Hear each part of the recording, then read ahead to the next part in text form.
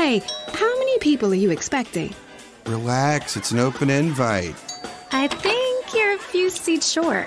Yeah, like 14 seats. You should enter your eligible New York lottery draw game tickets with Collect and Win. You could win a $5,000 gift card to use at the Home Depot and buy a bigger table to host. Hopefully they also sell chairs. The Home Depot is not a sponsor of this promotion. You must be 18 years or older to purchase a lottery ticket. You must be 21 or older to purchase a quick draw ticket where alcoholic beverages are served. Please play responsibly. Entered by 1720. It's hosting season. And this hosting season, you can enter eligible New York Lottery draw game tickets with Collect and Win for a chance to win a $5,000 gift card to use at the Home Depot. So, enter today and make one of the most stressful times of the year a little easier. The Home Depot is not a sponsor of this promotion. You must be 18 years or older to purchase a lottery ticket. You must be 21 or older to purchase a quick draw ticket where alcoholic beverages are served. Please play responsibly. Entered by 1720. Welcome to the Indie Film Hustle Podcast, episode number 364.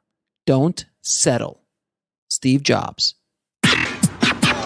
Broadcasting from the back alley in Hollywood, it's the Indie Film Hustle Podcast, where we show you how to survive and thrive as an indie filmmaker in the jungles of the film biz. And here's your host, Alex Ferrari. Welcome to another episode of the Indie Film Hustle Podcast. I am your humble host, Alex Ferrari. Today's show is sponsored by Rise of the Filmtrepreneur, how to turn your independent film into a profitable business. It's harder today than ever before for independent filmmakers to make money with their films. From predatory film distributors ripping them off to huckster film aggregators who prey upon them, the odds are stacked against the indie filmmaker. The old distribution model of making money with your film is broken, and there needs to be a change. The future of independent filmmaking is the entrepreneurial filmmaker or the filmtrepreneur. In Rise of the Filmtrepreneur, I break down how to actually make money with your film projects and show you how to turn your indie film into a profitable business. With case studies examining successes and failures, this book shows you the step-by-step method to turn your passion into a profitable career. If you're making a feature film, series, or any other kind of video content, the Filmtrepreneur method will set you up for success. If you want to pre-order the book, just head over to filmbizbook.com. That's filmbizbook.com. It will be available in paperback, ebook, and audiobook on December 2nd. Now, before we get started, I wanted to let you guys know that it is Black Friday week at Indie Film Hustle, and specifically Black Friday week at indiefilmhustle.tv. I have done a complete rebranding and update on Indie Film Hustle TV. I've added dozens of new courses, workshops, seminars, and interviews, as well as a couple of docs and movies to the platform. And only this week, you get a 20% discount on the yearly subscription to Indie Film Hustle TV. It's normally $99.95, but this week only, it will be $79.99. You just have to use the coupon code Black Friday 2019. That's Black Friday 2019, and you get access to all the hundreds, and I think we're getting close to thousands of hours of content. And we're really going to be focusing the whole platform on education, on building the greatest online hub for film education that has ever been created. And not just your normal, here's a lens, here's a camera kind of education. We'll have that stuff. But real world, raw truth style education that you've come to expect from me and Indie Film Hustle. We're going to be we added a ton of stuff for screenwriters and for filmmakers and for filmtrepreneurs. And there's going to be a lot of new content that I'll be working on in the new year. That's going to be exclusively on Indie Film Hustle TV. So just go to IFHTV or indiefilmhustle.tv and sign up and use the coupon code Black Friday 2019. The sale ends at midnight on Cyber Monday, December 2nd. Now, guys, today on the show, I'm going to talk about why your movie is not worth what it used to be. Now, the film industry is going through a major shift. And this shift is as big as when we went from black and white films to color, or when we added sound to the movies and became talkies. It is a monumental shift in the way the industry is run. And independent filmmakers need to understand what's going on and how they can position themselves and their films in this new reality that is the film industry. Now, the business is changing from a product-based business, which is DVDs and Blu-rays, to a service-based business, which is streaming services. And by doing this, there has been a massive devaluation of intellectual property and the value of movies and video content in general. Now, Spotify in the music side of the business and other music streaming services have devalued music down to basically nothing, to making it almost worthless. What used to cost you as the consumer $17.99 for one album to get one or two hits and a bunch of songs you didn't even want now costs fractions of a penny. Now, on the Spotify streaming service, specifically to Spotify, an artist needs around 337,000 plays to earn $1,472 a month, the monthly minimum wage. Though I don't know how many people can actually live on $1,400 a month in today's world, here in the US at least. But that is the minimum to make a living with your art on a platform like Spotify, on that one revenue stream. Now let's jump over to the video side of things. On Amazon Prime, and I know a lot of people, because of Distributor and what happened with the whole film aggregator thing, I'm like, I'm just going to upload my movie to Amazon Prime myself, Amazon Prime Video Direct, and put it up on Prime and get my rentals and TVOD and all that kind of stuff. Well, if you put it up on Prime, I just want you to understand what you're going to get paid. You get paid 6 cents per hour viewed. Not per minute, per hour viewed. Now, I know it doesn't sound a lot, but believe it or not, people are making money with that revenue stream. It can do very well for you, but the key is to diversify those revenue streams as much as humanly possible. But before, Amazon used to pay 15 cents per hour viewed, which still sounds ridiculous, right? Because in the olden days, it would cost you $3.99 to rent a movie, or $10 to $15 to buy a DVD, or $25 to buy a Blu-ray. And that was when the money was flowing in the business. And that's why my last episode where I was talking about the death of traditional film distribution, that's when everybody was just making all sorts of crazy money. And you really didn't even have to make good movies. You could just slap it out into the DVD market and you'd be able to make money. But those days are gone.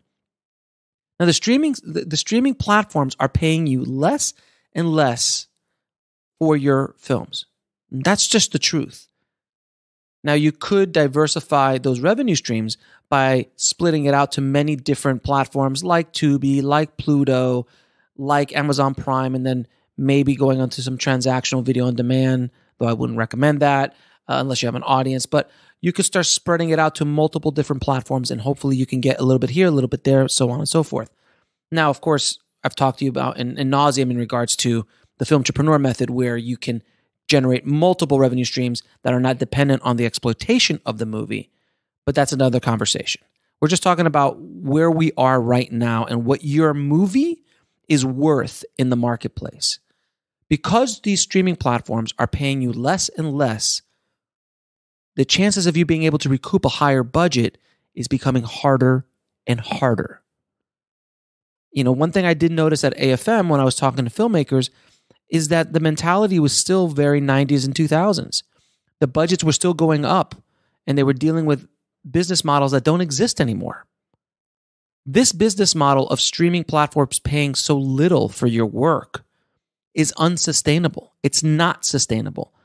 To create a song, generally speaking, is a lot less expensive than creating a movie. Creating an album is a lot less expensive than creating a movie for an independent producer or independent artist. And yet we're getting paid just slightly a bit more than what an artist would get paid on these streaming platforms. And because the streaming platforms have a direct connection to the customer, there's very little that we can do about it. Now, I will give you some tips on what we can do about it at the end of the episode, but I want to explain to you how companies like Disney, Amazon, and Apple have a business model that will not only ensure their survival in the new film economy, but they will flourish. And the reason why these specific companies I just threw out will completely dominate moving forward over all the other studios is because their main businesses are not making movies. And I include Disney in that, by the way. They use media as a marketing vehicle to sell other products and services. So I did a little research and I went into the corporate filings of Disney and I wanted to see where they're really making their money and how much money they're actually making. And because they're a publicly held company, all that information is available to anybody with an internet connection. So Disney's revenue breaks down like this, guys. 44% of the money they make is from media networks, licensing deals from ESPN, Disney Channel, FX networks, etc., to cable and streaming platforms. Then 17% is from studio entertainment. That's the actual exploitation of the product of the movie itself, meaning sales or revenue generated from viewing or getting access to their studio entertainment. And then 11% is consumer goods and interactive entertainment. Now, that 28% of parks and resorts, a lot of consumer goods are sold at those parks and are part of those revenue streams. So together, between media networks, parks and resorts, and consumer goods, they all dwarf the movie-making side of the business. We're talking about 17% of all the business that Disney, the Walt Disney Company, does is actual studio entertainment. But where they're geniuses, if they've built an infrastructure and a system and a network to exploit the brands and IPs that they have personally and have acquired over the course of the last 20 years. That's why when they bought Marvel for $4.5 million, best deal they ever got. When they bought Star Wars for about the same, best deal they ever got. When they bought Pixar for like 7.6 or something billion, great purchase. And now they just bought Fox. So all of that content gets thrown in. I did the numbers, and do you know how much Disney generates a day? Just so you understand, I want you to understand these numbers so you understand where the world is and where it's going. Disney generates $36,220,000 a day.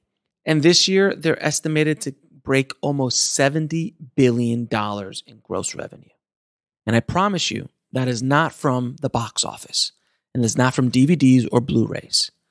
And now Disney is one of the first big studios to come out with its own major streaming platform of any magnitude. Seriously.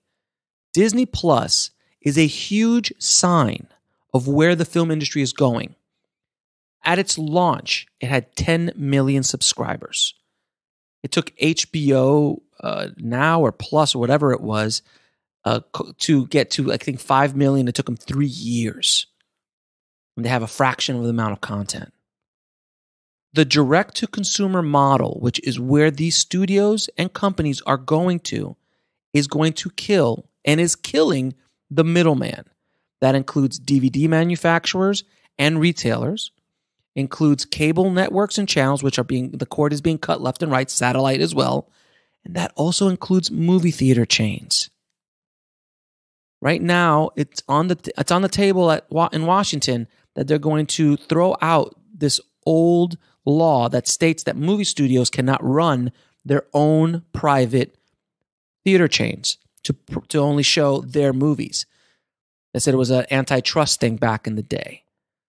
But now that we have direct access and direct to consumer models like Disney Plus or Netflix or any of these other kind of, distribution outlets, it's almost like I already thought it was done. I thought that law was thrown out years ago, but apparently it hasn't. So what do you think that's going to do to movie theaters if the studios have their way? And specifically when I talk about studios, there's a handful. There's the 6 big studios, but there's only maybe 3 that have any chance of surviving the next 5 or 10 years. If not, they're going to just get eaten up by one of the other big ones. People who have IPs, people who have franchises or be able to create franchises and then able within their system to exploit and create multiple revenue streams from those IPs. Now, Amazon Studios is a very interesting model because if you've noticed, the movies that they're purchasing and the series they're creating are very different than what, let's say, Disney is doing. If you've noticed that they've been buying movies like The Big Sick, their new movie, The Aeronauts, as well, is very kind of different, things that a studio wouldn't normally do. Shows like Transparent, which are very niche and very specific. They have someone like Ted Hope working for them in the back office at Amazon Studios because he is a champion of independent film from the olden days of the 80s and 90s. He was there championing true independent filmmaking. So they brought him in because they wanted to create films and series that were aimed at a specific niche, art house kind of people. That's why they were buying a lot of Sundance films early on. That's why they've opened up their platforms to us, the independents. Why?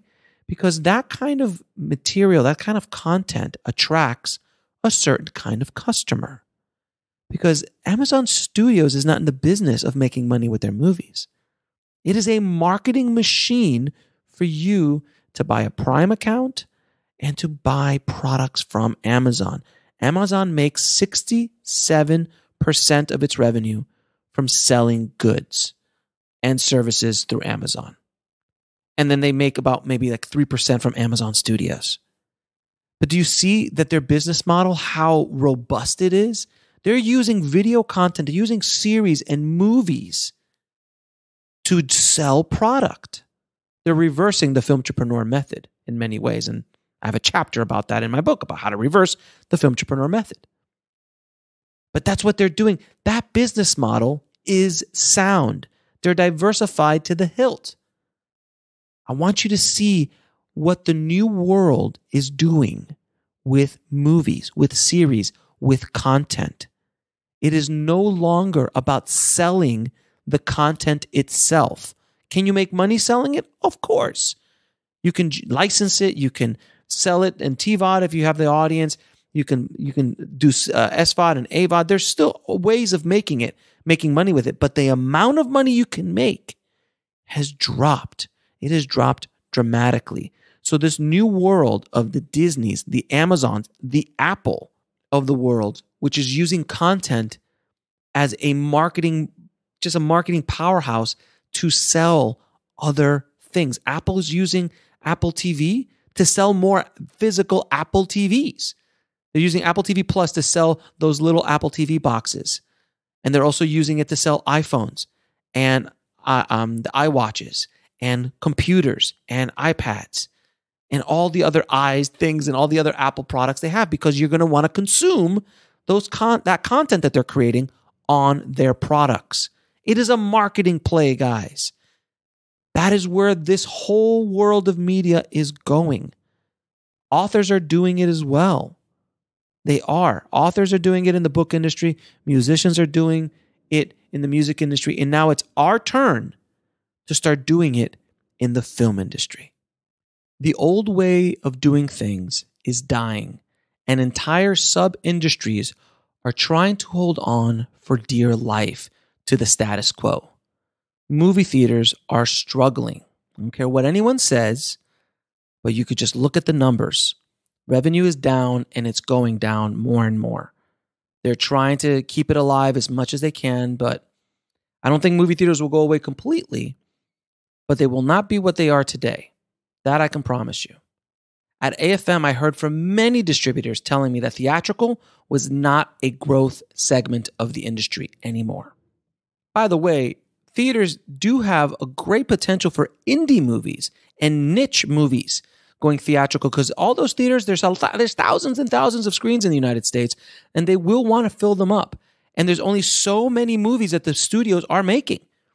Disney made 17 movies last year, And that number is going to start drizzling down a little bit more because they're going to be focusing more and more on their new Disney Plus initiative, where they're going to start seeing more and more revenues. It's going to get to a point where the studios will go directly to the customer and cut out everybody because it's more money in their pockets. So that model is going to happen one day. In our lifetime, I believe it will. But the devaluation of movies and series began with YouTube, the free version of Spotify for videos, essentially.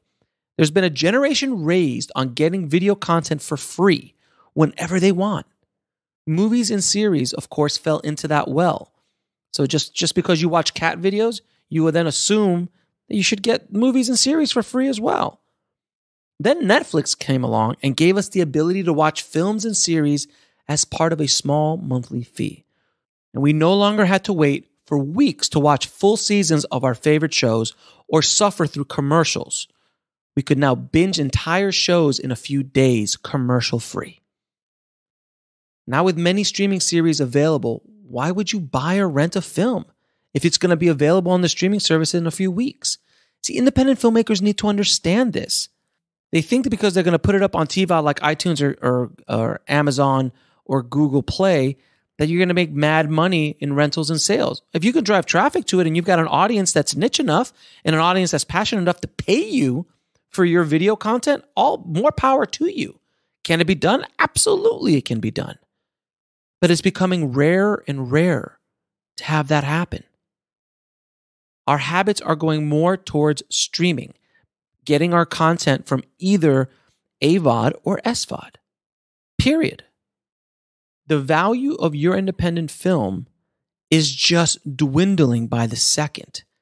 And I'm not trying to say this to depress you. I want you to understand the realities of the marketplace. And most filmmakers don't understand that. Most independent film producers don't understand that. So you have to really get to know the marketplace. You've got to start thinking like businesses. Okay? Look at the big studios. Everyone's catching up to Disney. Everyone. There's not one studio out there right now that doesn't wish they were Disney, that they owned all those IPs, that have that, not only own those IPs, but had the infrastructure to be able to exploit every single way to squeeze as much juice out of those movies as humanly possible by creating thousands of ancillary revenue streams that go on for years and years and years. Through their consumer product lines, through their networks, through their parks and resorts. It really is remarkable. So don't feel that you're like, oh, I didn't know. The studios didn't know either. I'm being honest with you.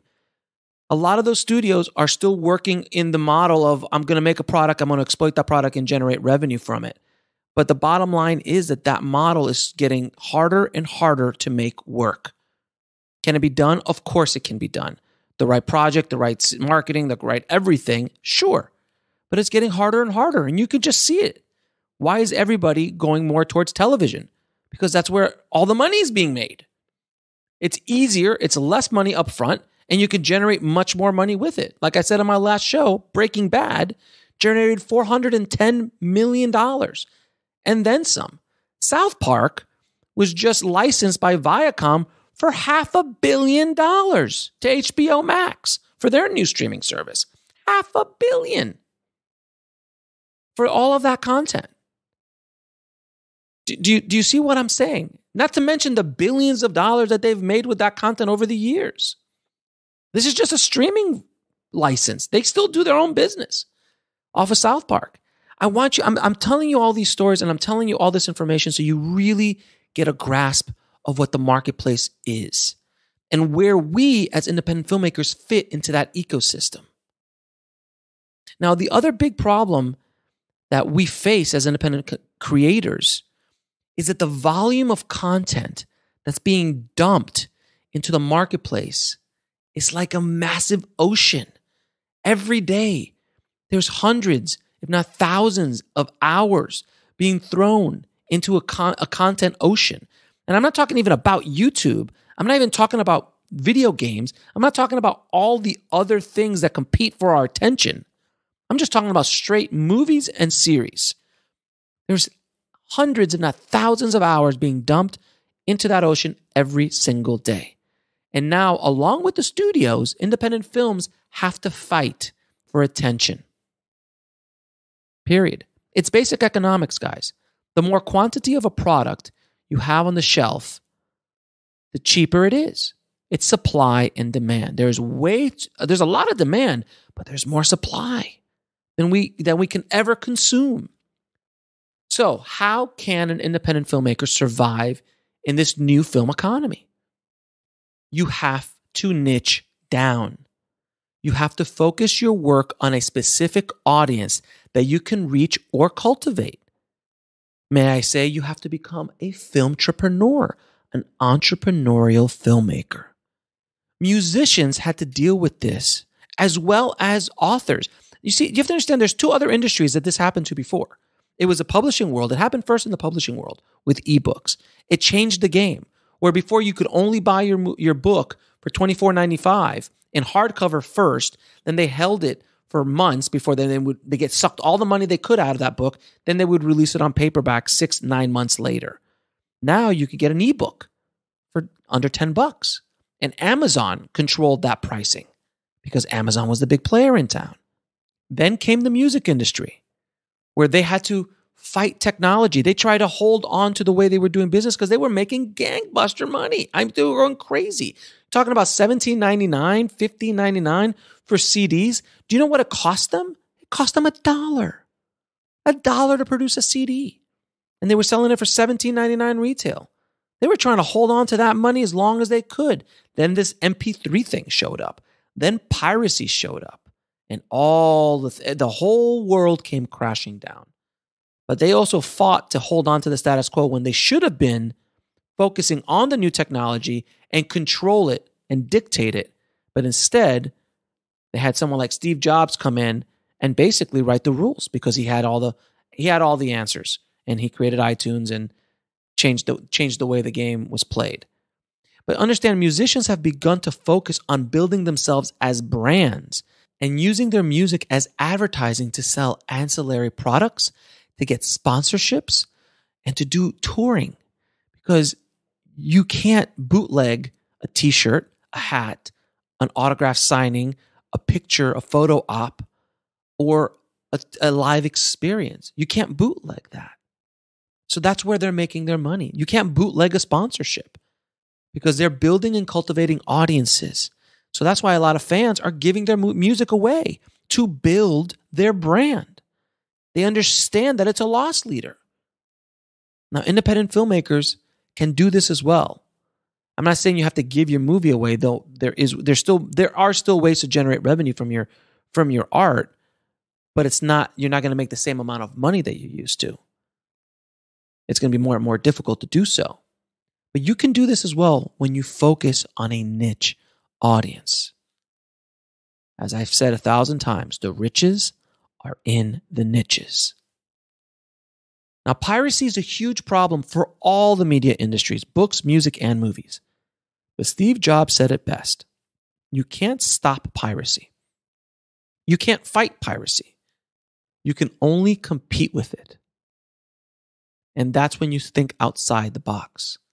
That's when it becomes so impossible to pirate a t-shirt, a course, a niche service, a sponsorship. You just need to think outside the box, guys. The business is changing, whether you like it or not. And if you don't change the way you think about making films, I hate to tell you, you will not survive. You might be able to make one movie here or there, and you might become a hobbyist. And that's fine. If you don't want to make a living doing your art, you don't have to. This podcast, as well as Filmtrepreneur, as well as all the companies that I've put together, are to help you build a business, to help you make a living doing what you love to do. That's why I'm here. Now, there's nothing wrong with being a hobbyist. It would be the equivalent of me buying a guitar and playing a gig here and there. Maybe if I'm lucky, go to a coffee shop and play for tips or something on the street. That's a hobby because I can't live off of my art. The same thing goes for filmmakers. You've got to think about the business, guys. You have to think about it. If you don't, you're not going to make it. And unlike that guitar, and unlike musicians, it's much more expensive to create our art. It's probably one of the most expensive art forms on the planet. And you've got to deal with a lot of people most of the time to create the art. It's a collaborative art as well. So you can't just sit there and write a book. You can't just sit there and play the guitar and write a song. It's a very expensive art form, and you need to understand the business if you want to try to make a go of this. Now, you can sit there and complain. You can sit there and hold on to the good old days of the way it used to be, when you used to make a lot more money, like the music industry did for a long time, and the publishing business did for a long time. You can sit there and talk about how things should be, or you can adjust and pivot your approach to making and selling your films. Or you're going to end up like Blockbuster Video, Toys R Us, Circuit City, Virgin Records, and the many other corpses of companies who didn't change with the times. I hope you really understand wholeheartedly what I'm trying to do here. I'm not doing this to scare you. I'm not doing this to depress you. I'm telling you the reality. I'm telling you the raw truth of what this business is today. And I promise you, in 6 months, in a year, after all these other platforms show up, when Peacock shows up, which is the NBC Universal one, when HBO Max gets released, when all these other smaller AVOD platforms are going to start popping up, who knows how this business is going to change again? It's an ever-changing business. You need to stay on top of what's selling, because it takes so long to make a movie that when you started, you might think, well, AVOD must be the way to go, so we're going to focus our whole business plan around AVOD and this or that to try to make as much generate as much revenue as we can. But by the time the movie is done, which could be a year from now, AVOD might be dead. And the new thing that just came up, who knows what it is? The business is just changing. It's just changing. But the things that you can do to protect yourself from these changes is the following. Niche down to an audience that you can cultivate or that you can target. Better to cultivate than target, in my opinion, but you can do either or. It's much easier once you've cultivated the audience, which also takes time. You keep your budgets as low as humanly possible. I said this in past episodes. Keep that overhead low. The lower, the better. Someone gives you $100,000 to make a movie, make 2 movies if you can. Make 3 with that same $100,000. Diversify your risk. You have to think about it like a portfolio. You got to think about it like a business. And I know a lot of you are like, I'm an artist. I'm an artist. That's great. I'm an artist too. But you can be an artist and a business person at the same time. Do you think that all of these big directors that you look up to, that they're not businessmen and women? Seriously? Do you think that Guillermo del Toro, Chris Nolan, David Fincher, Steven Spielberg, Francis Ford Coppola, any of these guys, Martin Scorsese, you don't think these guys are businessmen and women? They have to be. They have to understand the business. If not, they won't make it. And it's funny that Francis Ford Coppola, who's arguably one of the greatest directors of all time and directed some of the greatest films of all time, and said the only time he ever made real money is when he started selling wine.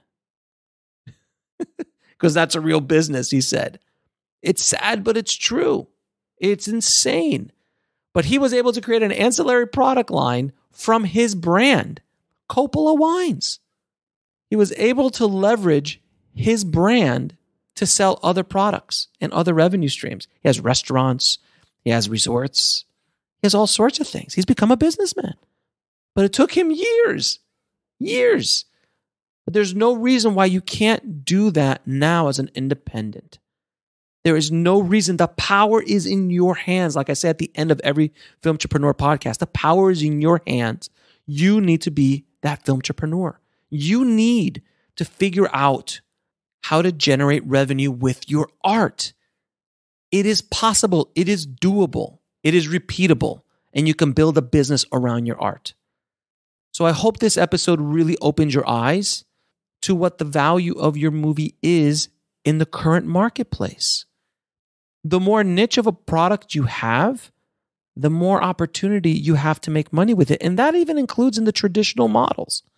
If you have a baseball movie, it's easier to sell. If you have a skateboard movie, if you've got a surfer movie, if you've got a vegan documentary or narrative film, it's easier to sell. Even with traditional distributors, they're like, oh, well, there's an audience there. We can market to that audience. It makes their life easier too if you want to partner with a traditional distributor. I have multiple episodes about that, so I'm not going to get into that here. Now, I really do hope this opens your mind and the way you look at making movies. I want you to create the art you want to create. I want you to create the films that you're passionate about. But you just have to be smart about it.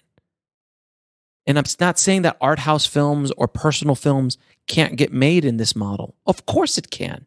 I made a personal film. It's called On the Corner of Ego and Desire. Comes out the 21st of January, 2020. And you know what? It's a personal film, but I made it for $3,000. I didn't make it for $30,000. I didn't make it for $300,000. I didn't make it for $3 million. I made it for $3,000. I was able to do it at that price point. I could be experimental. And even then, I didn't even have to make it about a niche. I could have made that into whatever I wanted to. But I made it for my niche, my audience, which is you guys, filmmakers and screenwriters. And because of that, I'm able to generate revenue and do it again and make another experimental film. This is Meg. My first film was an experimental film as well. And I was able to make money because I targeted it towards my audience, my niche. So I hope this helps you guys. I really, really do. I want to thank you for listening so much. And of course, if you do want to pre-order The Rise of the Film Entrepreneur, How to Turn Your Independent Film into a Money-Making Business, head over to filmbizbook.com. That's filmbizbook.com. It's available for pre-order in the ebook right now on Amazon, but the audiobook and the paperback will be available December 2nd. So please check it out. If not, just sign up for the list and I'll email you and let you know when everything is available. And it has already hit number 1 a couple times. It's still living now in the top 20 to 30 in our category in the movie making area of Amazon books. And it's remarkable. People really, really want this. And I can't wait to get this book out to you guys. If you want to get links to anything I talked about in this episode, including that coupon code for Indie Film Hustle TV for Black Friday, just head over to indiefilmhustle.com/364 for the show notes. And there's a great article about everything I talked about in this episode there as well. So thanks again for listening. Again, happy Thanksgiving, guys. Happy Thanksgiving. Have a great Thanksgiving with yourself and your families. And, and by the way, and this is something I'm going to be doing after the new year, I'm going to go down to 1 episode a week for Indie Film Hustle. Instead of 2 a week, I'm going to do 1 a week.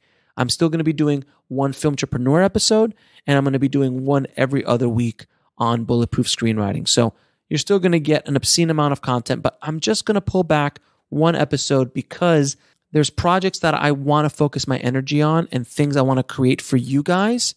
And you'll still get an obscene amount of content from me as you usually do, but just 1 less podcast a week. And I'm going to start that January 1st. So after January 1st, I'm going to do 1 a week. There might be the occasional 2 because I'm crazy. You know how I am. But as a general statement, it's going to be 1 Film Entrepreneur a week, 1 Indie Film Hustle a week, and 1 Bulletproof Screenwriting every other week. So thank you guys for listening. I really do hope this was of value to you. Have a great holiday, great Thanksgiving. Oh, and I got a couple of Christmas surprises coming up for you as well. So keep an eye out for that. Thank you guys again for listening. As always, keep that hustle going. Keep that dream alive. And I'll talk to you soon. Thanks for listening to the Indie Film Hustle podcast at indiefilmhustle.com. That's INDIEFILMHUSTLE.com. Hey, how many people are you expecting? Relax, it's an open invite. I think you're a few seats short. Yeah, like 14 seats. You should enter your eligible New York lottery draw game tickets with Collect and Win. You could win a $5,000 gift card to use at the Home Depot and buy a bigger table to host. Hopefully they also sell chairs. The Home Depot is not a sponsor of this promotion. You must be 18 years or older to purchase a lottery ticket. You must be 21 or older to purchase a quick draw ticket where alcoholic beverages are served. Please play responsibly. Entered by 1/7/20. It's hosting season, which means it's too many people in the house season. Can I sit on this? Nope. Casserole burning in the oven season. Anyone smell that? My yams! And Aunt Meg giving advice season. You should enter eligible New York Lottery draw game tickets with Collect and Win. You could win a $5,000 gift card to use at the Home Depot to make hosting a little easier. Wow, Aunt Meg, that's actually great advice. The Home Depot is not a sponsor of this promotion. You must be 18 years or older to purchase a lottery ticket. You must be 21 or older to purchase a quick draw ticket where alcoholic beverages are served. Please play responsibly. Entered by 1/7/20.